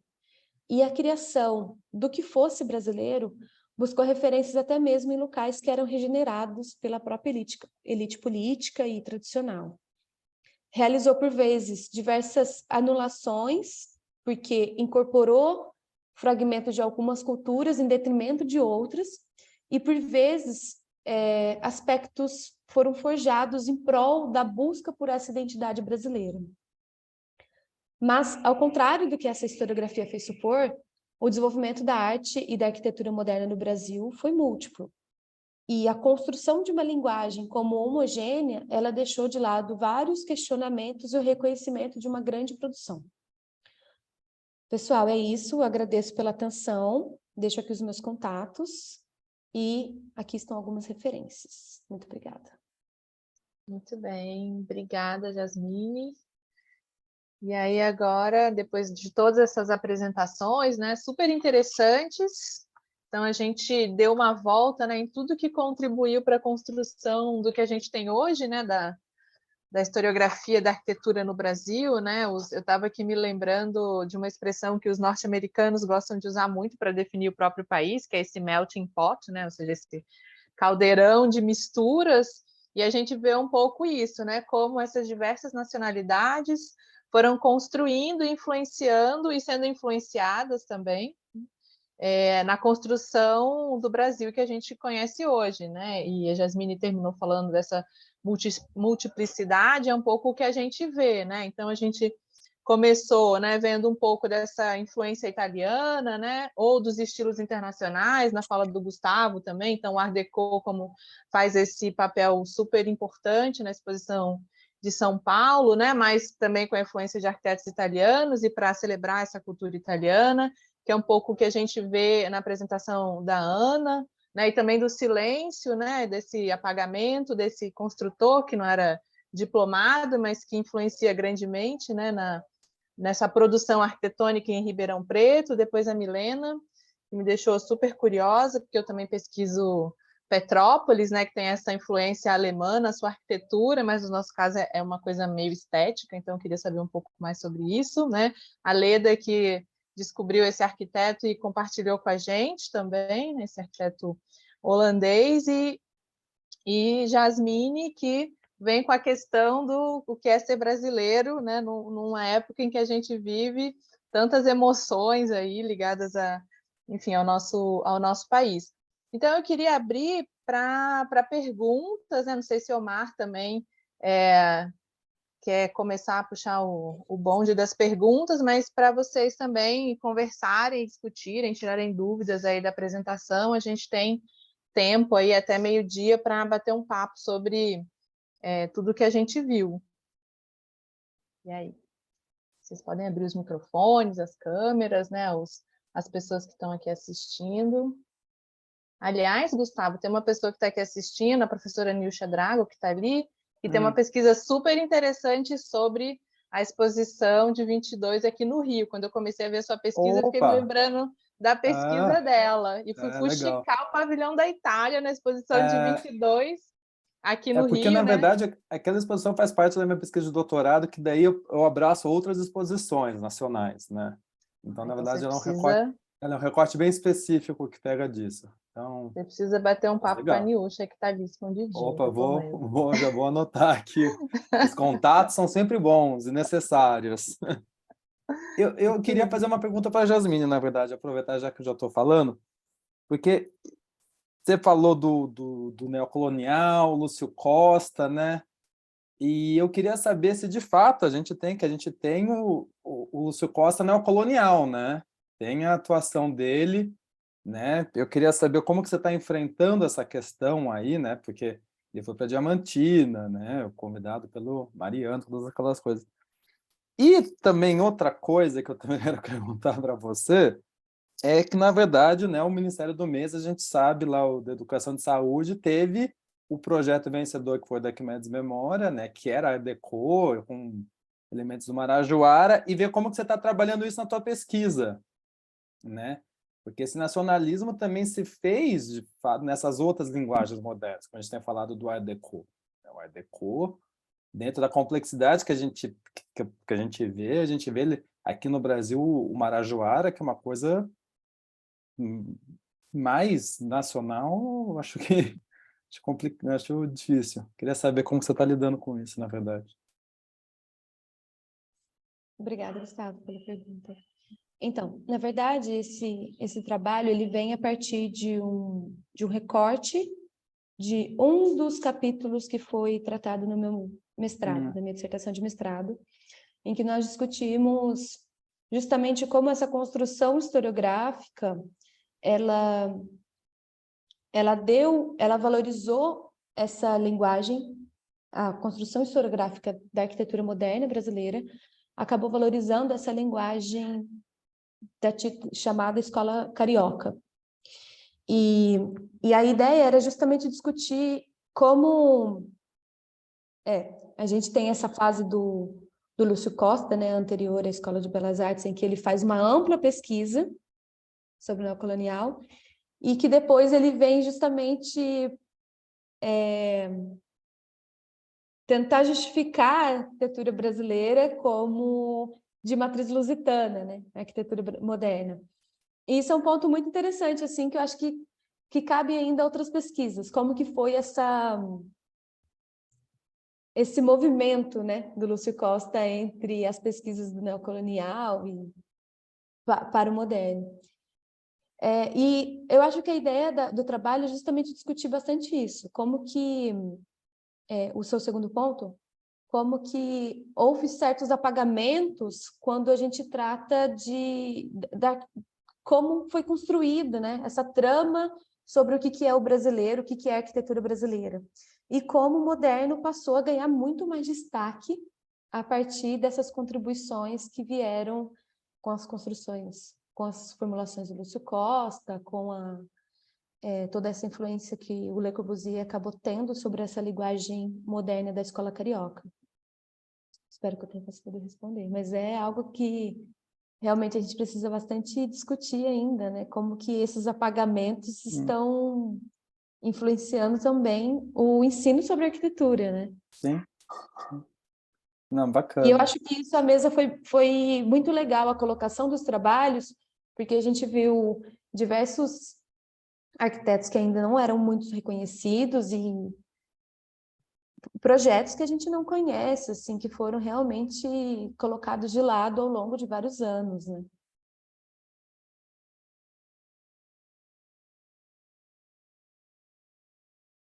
Eu gostaria só de fazer um comentário, justamente pegando esse gancho que a Jasmine falou, né, da composição da mesa. Eu acho que a gente está assim, tá desvelando trajetórias de profissionais e também uma arquitetura fora desse ciclo monumental que a gente estudou, né, que os livros consolidaram e tanto valorizaram. Mas o que a gente começa a perceber também é que durante muito tempo o ensino da arquitetura ele foi feito por meio de classificações estilísticas, né? Como se a história fosse uma linha contínua e que aí o eclético se torna neocolonial, o neocolonial que vira, né, Art Deco, como se as coisas fossem lineares. Uma sucessão de acontecimentos, uma né, sucessão lineares. de uma coisa aconteceu, então de repente todo mundo agora começa a valorizar o nacional, né? Como se fosse uma pausa entre um e outro, né? Uma coisa mágica quase. E a gente sempre lembra o exemplo do Lúcio Costa, porque foi essa figura proeminente na arquitetura brasileira. Mas se a gente pega a produção desses construtores, arquitetos, engenheiros e práticos licenciados que atuaram nas capitais e principalmente no interior do Brasil, a gente vai ver que eles adotavam assim, uma pauta de estilos e intenções plásticas que é tudo ao mesmo tempo. Então, a década de 40, para mim, assim, é um ponto muito curioso, porque aqui mesmo eu estudei alguns profissionais que você vê que eles transitam do neocolonial para o Art Deco e para o que até algum tempo atrás se chamava de proto-moderno, mas que hoje não é uma nomenclatura muito adequada, né? Mas que é uma completa simplificação e racionalização da arquitetura, até um pouco influenciada pela arquitetura italiana fascista, né? E que mostra, assim, não sei se era o gosto dos clientes, talvez tenha a ver também com os tipos construtivos, né? Se era uma obra de uso público, se era uma obra agências dos Correios, né? A gente sabe muito bem que houve um gosto acentuado pelo Art Deco, mas também essas instituições locais, né? Instituições universitárias que começam a ser criadas no interior do Brasil a partir dos anos 40. Então, a gama estilística faz a gente ver que é realmente uma trama extremamente complexa e que, além disso, nós também vamos ter essas adesões, né, a determinados estilos, apenas sobre fachadas. Então, são inúmeros os projetos de reformas que a gente vai ver, que o projeto é lá dos anos 10, 20, mas que aí aprova o projeto de reforma somente da fachada, que vai transitar, né, do estilo eclético para o Art Deco, para o moderno, para o neocolonial, né? Então, eu acho que a gente está vivendo esse momento de inflexão da historiografia, que é trazer à tona, né, essa trama, esses hibridismos culturais, né, que tem aí a participação dos imigrantes. Então, acho que foi super bacana assim, ver esses trabalhos, né, cada um de uma região, para a gente ver quão rica, né, é essa história que a gente tem. O que precisa contar, né? Henrique está com a mão levantada. Bom dia a todos. Vocês me ouvem? Sim. Bom, eu gostaria de parabenizar, né, as apresentações, os trabalhos, né? E, na verdade, eu queria só levantar um ponto e perguntar para Jasmine se ela conhece um artigo do professor José Pessoa, chamado Origens em Conflito, Academias e Vanguardas, em que ele mostra que, na verdade, ele contesta um pouco a ideia de que Le Corbusier tenha sido o único, vamos dizer, a única influência importante para a arquitetura modernista em nascimento no Rio de Janeiro, e aí ele vai fazendo algumas analogias de algumas obras que foram surgindo, inclusive, antes no Ministério da Educação e Saúde, que vão dialogar com outras vanguardas, né, do modernismo. E que assim, e aí ele na verdade mostra que a historiografia vai acabar consagrando Le Corbusier como a grande figura, né? Até pela participação dele no Ministério da Educação e Saúde, mas também existe uma produção arquitetônica, inclusive antes da construção do Ministério, que toma como referência outras vanguardas, outros arquitetos, e, inclusive, isso aparece no debate arquitetônico, naquela revista Arquitetura e Urbanismo. Então, assim, provavelmente ela conhece, mas eu queria só levantar essa questão de que muitas vezes a gente acaba tomando Le Corbusier como a grande influência para a arquitetura modernista, né? Mas também outros arquitetos foram produzindo algumas obras que mostram que essa origem não é tão hegemônica assim do Corbusier. Sim, Henrique, eu concordo. Eu acho que é sempre que acabou sendo uma construção dessa trama historiográfica, essa ideia de que ele foi o único influente na arquitetura brasileira, na arquitetura moderna brasileira, né? Mas eu não conheço esse artigo. Eu gostaria até que, se você puder colocar aqui no chat novamente, só para eu poder anotar aqui e me lembrar depois. Obrigada, viu? Sim, claro. E o meu trabalho, que eu vou apresentar na quinta-feira, se eu não me engano, dialoga muito com o seu trabalho, então eu vou depois ler o seu trabalho para tentar enriquecer o meu. Que legal. Também vou tentar assistir a sua mesa, então. Então, acho que a gente pode passar a palavra para a Leda, que está ali com a mão levantada. Eu só assim achei muito interessantes todas as exposições de todo mundo, né? E é gozado para traçar um paralelo, né? Onde teve uma intenção, né, dessa modernização, de ter essa criação dessa identidade nacional, né, com o modernismo aqui, e lá no caso do Marius Daunt foi o oposto, né? Ele acabou sofrendo um apagamento e assim, um país de primeiro mundo, né? Ele sofreu um apagamento porque na reconstrução a coordenação estava mais voltada com a questão tradicionalista, né? De montar ou de investir em projetos sociais com uma característica mais tradicionalista, né?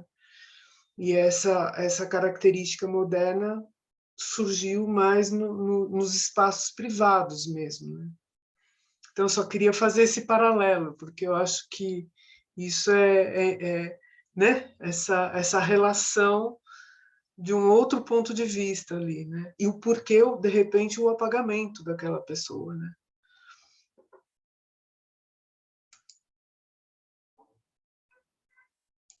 Estou aqui falando com o microfone desligado.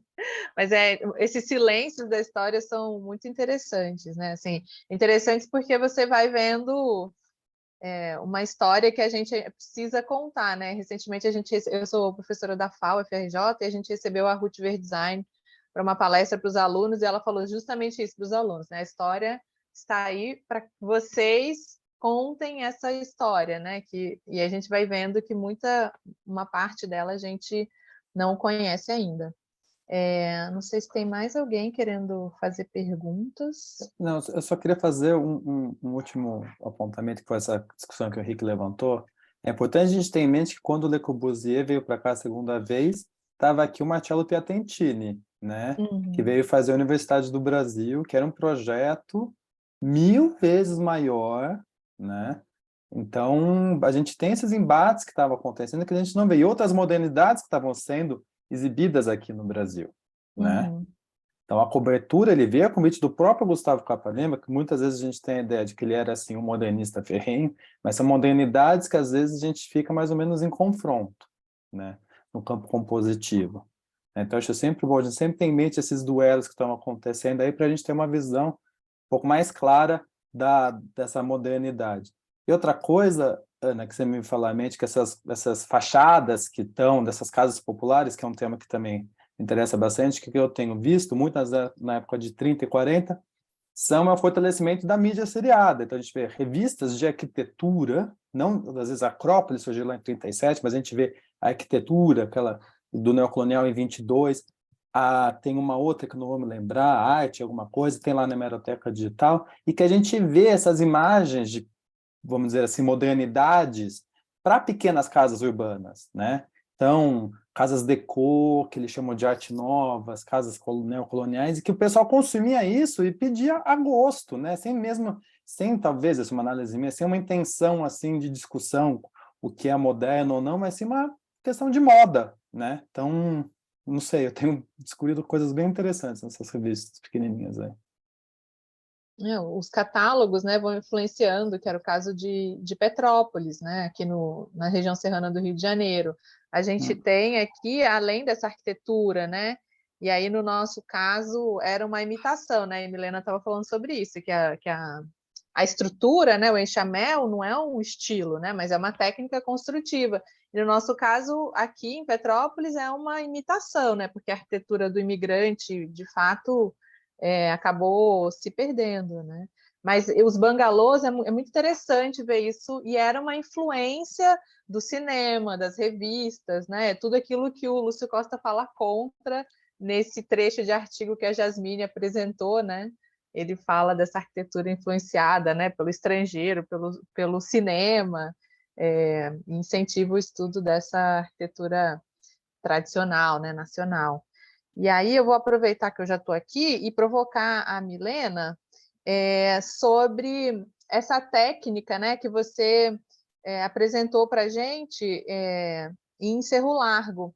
Daí eu queria saber, na verdade, qual é a relação das pessoas da cidade com essas casas que ainda sobrevivem, né? E se o enxamel depois acabou se tornando uma questão assim estilística para a cidade, né?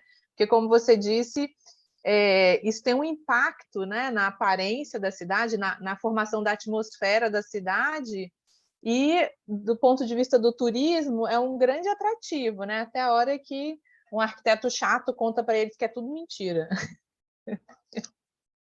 Mas eu não sei como é a relação, né, das pessoas com... Sim, pois então, a minha dissertação de mestrado é realmente fazer esse levantamento de todas as residências.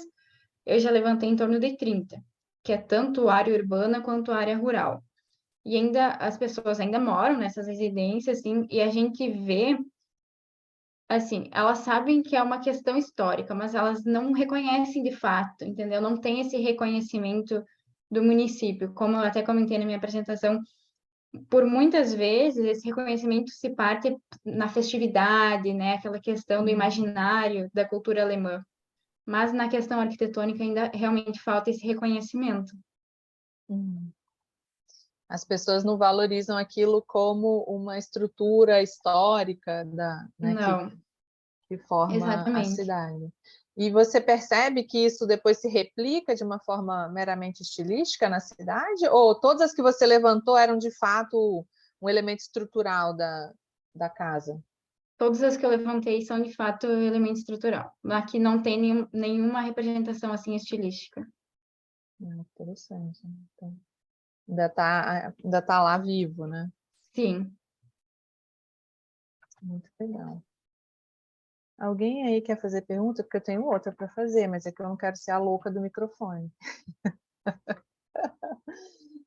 Então, vou aproveitar que o meu microfone está aberto. Ana, eu fiquei muito curiosa, porque eu acho que eu já vi esse seu trabalho em uma outra etapa anterior, né? Já há um tempo atrás, agora eu não me lembro em qual desses congressos que a gente deve ter se encontrado.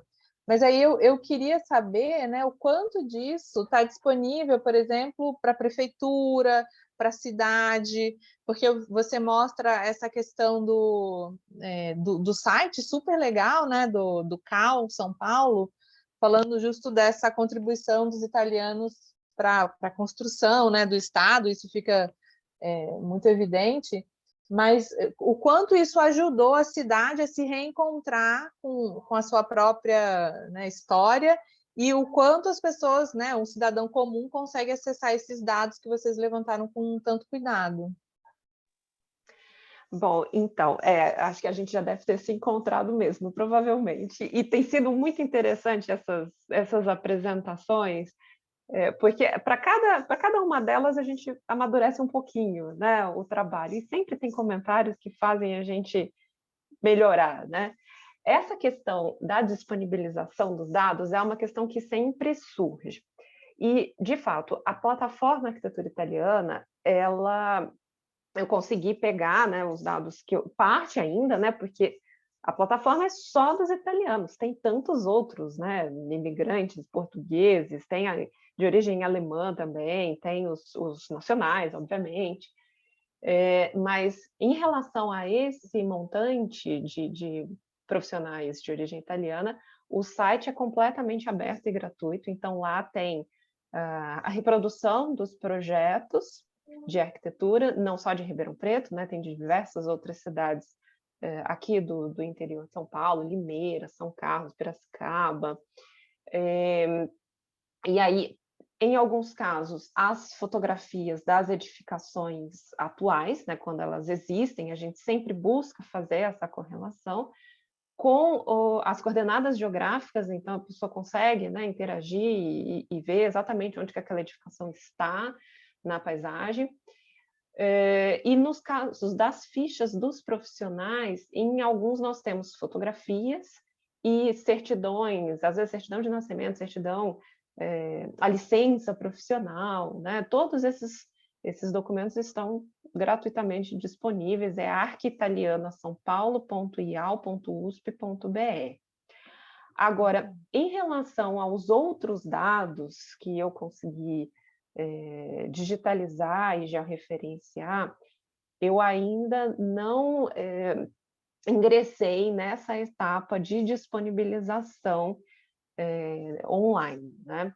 Muito provavelmente eu vou precisar, assim, contar com algum edital como esse do CAL, que viabilizou a criação da plataforma italiana, para conseguir ter acesso a servidor, né? Criar uma plataforma que seja mais amigável do que o SIG, porque é de fato muito complexo, né? A gente tem prefeituras como, por exemplo, a de São Paulo, que tem o GeoSampa, né? Você tem lá as camadas, né? Tudo já referenciado, mas para o público leigo, aquilo nem sempre é muito fácil de ser manipulado. E Ribeirão Preto não tem praticamente nada, além da base de dados que tem do Condefat, dos bens que são tombados, a gente, da parte municipal, é muito pouco.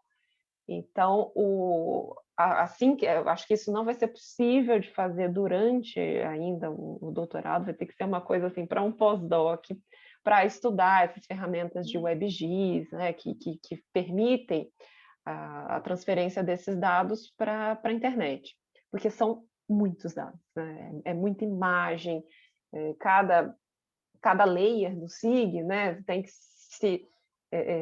ser organizada de uma forma que as pessoas consigam compreender, mas é algo que eu ainda não consegui avançar, provavelmente não conseguirei até a conclusão, né, que está prevista para o ano que vem, mas certamente é uma demanda, né, é algo que a gente precisa fazer para, inclusive, aproximar as nossas pesquisas, né, da população, não só de prefeitura, né, mas da população mesmo, que quer saber, que é curiosa, que quer colaborar também.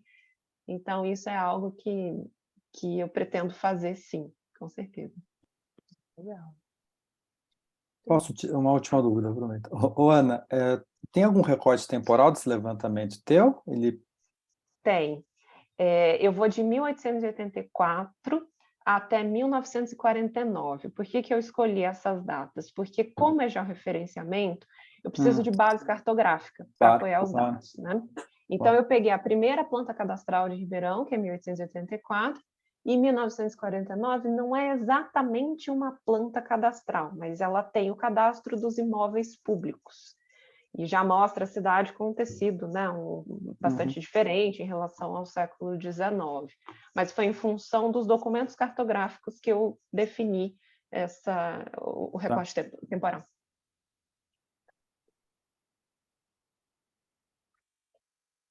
Omar, você quer fazer alguma pergunta? Moderar aqui essa sessão? Não, foi incrível as apresentações, acho que mostrou o quanto que a história ela é em constante disputa, né? Eu acho que a disputa enquanto ela está sendo construída e a disputa novamente quando ela está sendo reescrita, então acho que a disputa se faz presente também nessas pesquisas, né? E acho que é fundamental, né, esses encontros justamente para a gente trocar essas experiências todas, né? Acho super fundamental. E eu acho que as mesas mostraram isso, né? O quanto que existe essa disputa de narrativas e de histórias, né? Acho que é um pouco isso. Pelo menos para parabenizar a todos, né? Foi incrível as apresentações. Não é bem uma pergunta, né? É mais um comentário. Mais um comentário.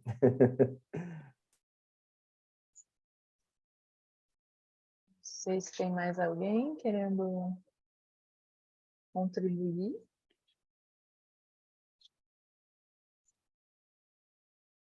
É a Nilcha, tá aqui falando pelo chat. Cadê? Eu vou ler, tá bom? Tem uma pergunta para quem quiser comentar. Com tantos conflitos políticos internos só apaziguados na década de 40, teria sido possível forjar nas primeiras décadas do século XX uma narrativa de arquitetura nacional com a força daquela do modernismo brasileiro? E aí?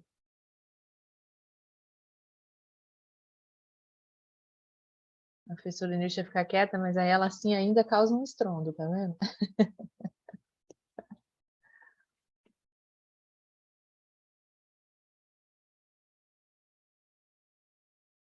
Olha, é uma boa pergunta, mas eu Eu não sei, o que eu vejo nas minhas... Vou pensar em abrir mais estudos de arquitetura no contexto. O que eu acho que é assim, eu não sei, eu vejo, por exemplo, tanto na minha pesquisa, né, que eu fiz, por exemplo, na minha pesquisa de mestrado, né, onde eu voltei, né, um pouco para essa questão da produção arquitetônica nos anos 30 e 40 aqui em São Paulo, onde eu estudei, de fato, essa arquitetura, vamos dizer assim, de inspiração fascista aqui na cidade de São Paulo, né? Então, aí já foi, na verdade, uma tentativa de criar uma outra narrativa, né, desses modernismos que estavam acontecendo aqui, né? Que junta-se, então, com o neocolonial, que alguns trabalhos, né, por exemplo, aqui na FAUSP, a gente vê que está tendo uma boa pesquisa sobre o neocolonial, muitas vezes em volta da professora Maria Lúcia Bressan, né? E que, para a gente tentar, eu não sei, acho que um modernismo que tivesse... nas minhas pesquisas por jornais que eu tenho vendo, alguns arquitetos cariocas, como Rafael Galvão, nos anos 30 e nos anos 40, tinha bastante um debate cerca desse modernismo brasileiro, né?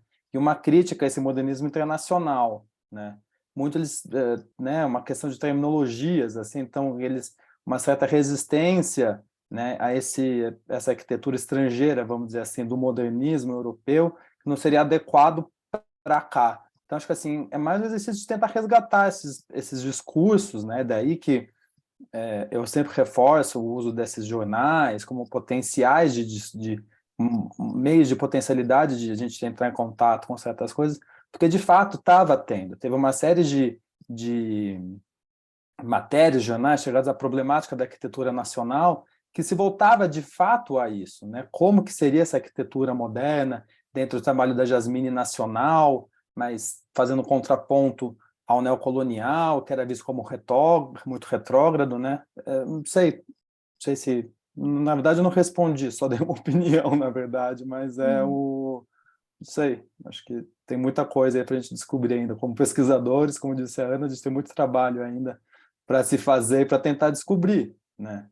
Porque se a gente quer se distanciar do discurso historiográfico, vamos dizer assim, né, clássico, né? Clássico, né? A gente chega num leque de profissionais e de sistemas construtivos que, de fato, não corroboram esse discurso, né? Então, isso aí. Acho que a minha pesquisa de todos aqui vai mais ou menos por esse lado. Eu vou só complementar uma coisa, é que eu acho que essa força que o movimento moderno teve, a gente costuma também reforçar essa ideia em função da própria historiografia. A nossa historiografia, ela vai valorizar muito mais o movimento moderno, a arquitetura moderna como uma construção nacional. Mas eu acho que se a gente entender que essa arquitetura brasileira, ela sempre foi um objeto híbrido, uma construção de diferentes nacionalidades, a gente sempre teve uma narrativa forte, né? Um movimento forte, o ecletismo, por exemplo. A gente vê assim as cidades, isso assim tirando, ou melhor, colocando aqui a parte nossa aqui de São Paulo, né? Para não falar bobagem e estender aí para outras regiões. Mas a gente viu assim os bota abaixo dessas cidades de taipa de mão, taipa de pilão, para aderir a esse vocabulário eclético que era produzido por brasileiros, por portugueses, por alemães, por franceses, por italianos, né? E utilizado também por esses imigrantes e pelos nacionais. Então, eu acho que nós temos uma construção que sempre foi híbrida, e as fotografias nos mostram muito a força que um ecletismo teve, a Belo Horizonte, por exemplo, né? Uma cidade que nasce eclética, então a paisagem inteira, né? Que vai ter a força desse movimento. Mas, como a historiografia brasileira costumava denegrir o ecletismo, né? Falando que era meramente uma cópia da arquitetura europeia, a gente acho que colocou todo o mérito, né, da arquitetura nacional em cima do movimento moderno, quando, na verdade, a gente tem um hibridismo que sempre fez parte dessa história, e o hibridismo que vai não só desses profissionais e dessas pessoas todas envolvidas, né, mas também dessa arquitetura que é o objeto monumental, essas grandes obras que a gente conhece, mas dessas pequenas que estão aí relacionadas com o cotidiano de uma população que estava sempre reinventando a ideia de modernidade, né? Sempre reconstruindo esses discursos. Então, também acho que não é uma resposta assim, a pergunta que a professora colocou, mas talvez a gente repensar essa coisa, né, o que é o nacional. Acho que a gente sempre teve uma vontade nacional, né? Eu prometo que é a minha última fala, mas, Ana, eu acho que também é importante a gente lembrar o discurso patrimonial, né? Nessa época, a gente vê tudo isso, né? O SFAM 36, Lúcio Costa, né? Então, tem toda uma série aí de construções narrativas, né? As publicações da revista do SFAM, tudo isso que fomentam esse discurso, né? Então, por exemplo, o ecletismo, a demolição do ecletismo, a gente vê, claro, né? No Rio de Janeiro, a gente vê a demolição do Morro. Então, são coisas assim... Entre né, outras coisas. entre outras, mas vamos falar assim do Foram mais... perdidas. Vamos falar assim do mais, como é que é? Do mais emblemático, né? Então, tem toda uma... E eu acho que assim, o seu discurso historiográfico, junto com o discurso histórico, a gente vê do patrimônio claramente... né, liderando para esse aspecto, né, do modernismo, do colonial, do barroco, aí deixando um vazio aí no meio, né, onde entra essa arquitetura que você está levantando, esses pequenos construtores que não se encaixam, né, essas arquiteturas Art Nouveau, né, então toda essa gama de profissionais, né. Eu acho que o Gustavo e a Ana colocaram muito bem, e eu me lembrei agora de uma das primeiras falas que a Ana fez na mesa, e novamente parece que essa disputa sobre o que seria o mais adequado para representar o nacional, me parece um pouco isso, assim, como se pausasse, não, agora a gente vai fazer só esse tipo de arquitetura, não, mas agora é a outra, e essa disputa acabou sendo adquirida também como nós construímos essa narrativa historiográfica sobre o que era realmente o brasileiro e o nacional. É só esse complemento que eu gostaria de fazer. Mas eu agradeço todo mundo que está participando da mesa e coordenação da Daniela, moderação do Omar. Obrigada. Obrigada a vocês, né? Sem vocês participando não teria sido tão interessante, né? Além dos trabalhos todos super bem preparados. Se mais alguém quiser fazer algum comentário. Então, eu acho que eu posso encerrar a mesa. O que vocês acham? Encerramos. Queria agradecer a todos. E aí porque eu achei muito legal na apresentação da Leda, quando ela começa a apresentar o Mários, que agora eu já estou íntimo do Mários, que é uma fala que você faz sobre ele, né? Que a ideia central do projeto era projetar com a alma e com o coração, né? E eu sempre falo isso para os meus alunos, assim, que a gente faz pesquisa, né? As minhas pesquisas são na área de patrimônio. Eu falo para eles, a gente não faz pesquisa para transformar ou formar novos, né, defensores ferrenhos do patrimônio, mas para que a gente forme arquitetos, né, sensíveis à cidade que a gente tem hoje, que é formada de todas essas camadas, de todas as contribuições, né, de outros países, né, daqueles que estavam aqui já, né, antes, mas eu acho que essa sensibilidade vem desse projeto do coração, né, e da alma. Então, eu acho que a gente podia fechar pensando nisso, né, que se nós, né, que somos arquitetos, pudéssemos olhar para a cidade, né, com essa alma e com o coração, eu acho que a gente teria uma cidade muito mais interessante, digna, né, e enfim, sustentável, que atendesse tantas demandas que as nossas cidades ainda não atendem, né? Então, acho que eu encerro assim, pensando nesse ato de projetar com a alma e com o coração, que eu acho que a gente precisa muito, né? Assim, levar isso em consideração nos nossos projetos, né? A gente acaba priorizando a técnica. Então, eu queria agradecer a todos, né, pela participação, pelas apresentações, né, e o pessoal que assistiu também, e o pessoal da equipe técnica que está ali caladinho, mas que sem eles essas mesas, né, não aconteceriam. Então, é só mesmo um agradecimento, né, e obrigado a todos. Se vocês quiserem fuxicar o trabalho do outro, né, no livro de resumo tem os e-mails, então, é muito legal, né, fazer essas trocas. Gustavo, se você quiser, depois te dou o e-mail da Niúcha, que acho que vocês precisam conversar. E acho que é isso. Eu só queria Obrigada. aproveitar só para lembrar, já que o meu trabalho é sobre aeroportos, né, na contemporaneidade, mas lembrar sobre Santos Dumont, né, que foi criado nessa época, Irmãos Roberto, e tem toda essa questão da modernidade aí, né?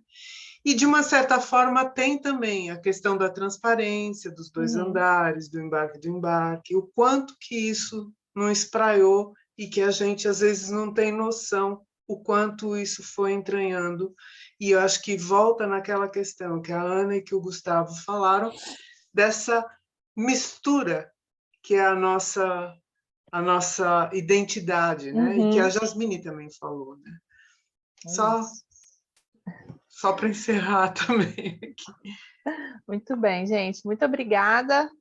Um abraço a todos, bom resto de evento aí. A gente tem um monte de bancas acontecendo de tarde, durante a semana, e espero que vocês não percam a banca, a fala de abertura de hoje também, que acontece mais no final do dia, tá bom?